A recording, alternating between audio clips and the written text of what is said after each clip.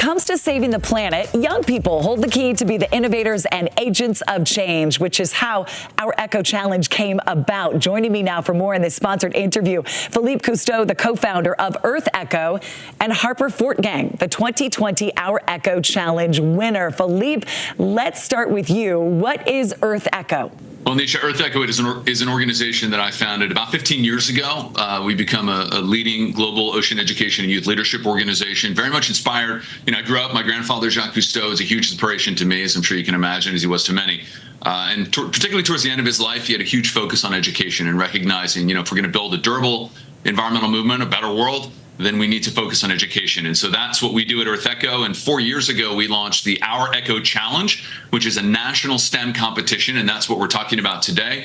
The submissions are open now for the 2024 challenge. And it's about challenging 13 to 16-year-old young people to engage in solving biodiversity and environmental related problems in their communities. And the deadline is April 26th to apply.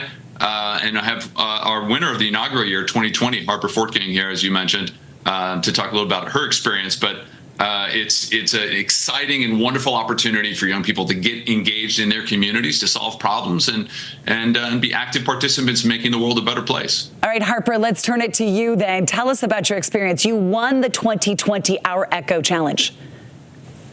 Yes, I led Team Superplants in the very first 2020 OurEcho Challenge. We received a $5,000 grant to implement our project. Over the past 4 years, we've grown into Project Superplants, an entirely youth-led organization that educates, mobilizes, and inspires students to reduce CO2 emissions. We run interactive climate modules in schools around the San Francisco Bay Area.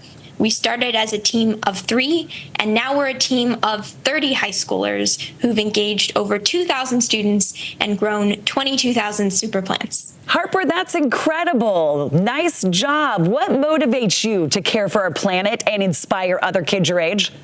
Climate change can feel really overwhelming and out of control. And when I was in middle school, I felt almost paralyzed with fear, but the OurEcho Challenge was a way to take concrete action to address climate change, to empower myself instead of being paralyzed, to feel hopeful. All right, who is eligible to be part of the OurEcho Challenge, Philippe? Any young person between 13 to 16 years old, they can apply themselves or with teams, usually with their teachers at school. So it is open to just about anyone in that age bracket in this country. And, as I said, there's the finalist prizes are $1,000, $2,500, and $5,000.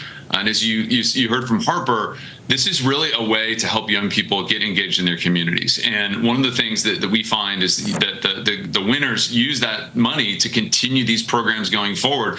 And again, it grew from 3 to 30 people, and it's still 4 years later going strong. And we have great examples of thousands of young people around the country that do this kind of work.